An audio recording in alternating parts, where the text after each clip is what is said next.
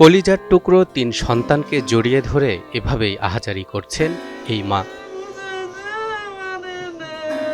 তার কোমলমতি শিশু সন্তানেরা জানে না তাদের জন্মদাতা পিতা চিরদিনের জন্য চলে গেছেন এমন এক দেশে যেখান থেকে আর কোনোদিন কেউ ফিরে আসে না।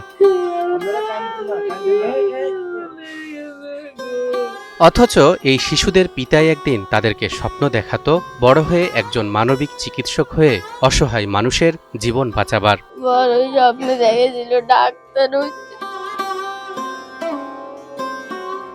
সন্তানেরা আজ ঠিকই আছে, কিন্তু নেই তাদের স্বপ্নদ্রষ্টা পিতা। অর্থনৈতিক টানাপোড়েনে প্রচণ্ড মনকষ্ট নিয়ে অভিমানে পাড়ি জমিয়েছেন পরপারে। পাওনাদারের কাছ থেকে সময়মতো টাকা ফেরত না পাওয়ায় একটি জীবন ও সাজানো গোছানো একটি সুখের সংসার হয়ে গেছে এলোমেলো। শিশুদের পিতার নাম মোহাম্মদ কামাল উদ্দিন, জন্মস্থান নোয়াখালীর বেগমগঞ্জে, কিন্তু থাকতেন চট্টগ্রামে। টেরিবাজার এলাকায় গার্মেন্টস পণ্যের ব্যবসা করতেন। গত ৪ ডিসেম্বর বৃহস্পতিবার ভোর ৫টা ৫১ সিসিটিভি ফুটেজে দেখা যায় নীল শার্ট, কালো প্যান্ট আর মাথায় টুপি পরে বাসা থেকে বের হচ্ছেন কামাল উদ্দিন। প্রতিদিনের মতোই শুরু হয়েছিল তার সকাল, কিন্তু কেউ ভাবতেই পারেননি এটাই হবে তার জীবনের শেষ ভোর। কিছুই বলে নাই, কেন নিয়ে কারণে বাইরে গেছে, কেন এই কাজ করছে, কোনো কিছু বলে নাই। বৃহস্পতিবার সারাদিন এবং সারারাত খুঁজেও পাওয়া যায়নি তাকে। উদ্বেগ আর আতঙ্কে ভরা সেই সময়ের পর কোতোয়ালি থানায় সাধারণ ডায়েরি করেন স্বজনরা। পরদিন শুক্রবার সকালে রেলওয়ে পুলিশের কাছে খবর আসে কদমতলীর রেললাইনে পড়ে আছে ছিন্ন ভিন্ন এক দেহ। ট্রেনের নিচে ঝাঁপ দিয়ে নিজের জীবনের ইতি টেনেছেন কামাল উদ্দিন। পাওয়ার পরে আমরা এটাকে পোস্টমর্টমের জন্য যে প্রসেসিং হয় সেটা আমরা চট্টগ্রাম মেডিকেল কলেজে পাঠাই। ওখানে যাওয়ার পরে আমরা আবার সিআইডি আছে, সিআইডিতে আমরা একটা ফিঙ্গারপ্রিন্ট নিই তার পরিচয় শনাক্ত করার জন্য। যে এনআইডি কার্ড যে তার পরিচয়টা ওইটা নেগেটিভ আসছে।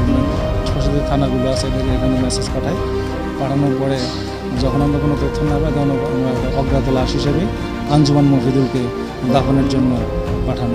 পারিবারিক সূত্রে জানা যায় এক সহকর্মীর কাছে মোটা অঙ্কের টাকা আটকে ছিল কামালের।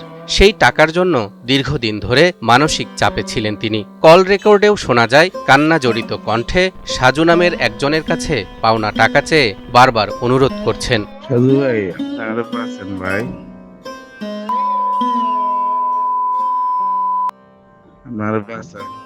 ভাই আসসালামু আলাইকুম, জামিলে আছি, সিঁড়ি বাড়িতে উঠতে পারতেছি না, ফোন ধরতে পারতেছি না।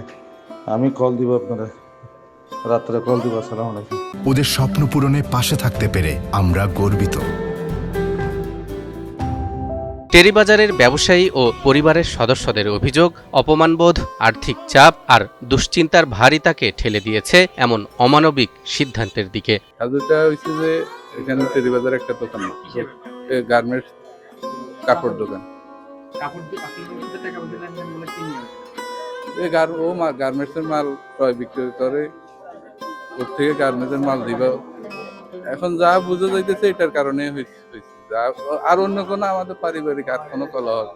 প্রথমে চৈতন্যগলি কবরস্থানে বেওয়ারিশ লাশ হিসেবে দাফন করা হয় কামাল উদ্দিনকে। পরে আইন শৃঙ্খলা রক্ষাকারী বাহিনীর সহায়তায় লাশ তুলে গ্রামের বাড়িতে নিয়ে দাফন করা হয়। একটি ভুল সিদ্ধান্ত বদলে দিয়েছে কয়েকটি জীবনের পথ। স্বামীকে হারিয়ে ৩ সন্তানকে নিয়ে স্ত্রী হয়ে পড়েছেন অসহায়। বাবাকে হারিয়ে ৩ এতিম সন্তানের স্বপ্নগুলো আজ থমকে গেছে। ব্যবসার জটিলতা, আর্থিক চাপ আর মানসিক সংকট আমাদের সমাজে প্রতিদিন কত মানুষকে যে নীরবে নিভৃতে শেষ করে দিচ্ছে তার একটি নির্মম উদাহরণ হয়ে রইলেন মোহাম্মদ কামাল উদ্দিন। যাদের কারণে কাজ করছে তাদের আমি বিচার চাই, তাদের বিচার করতে হবে।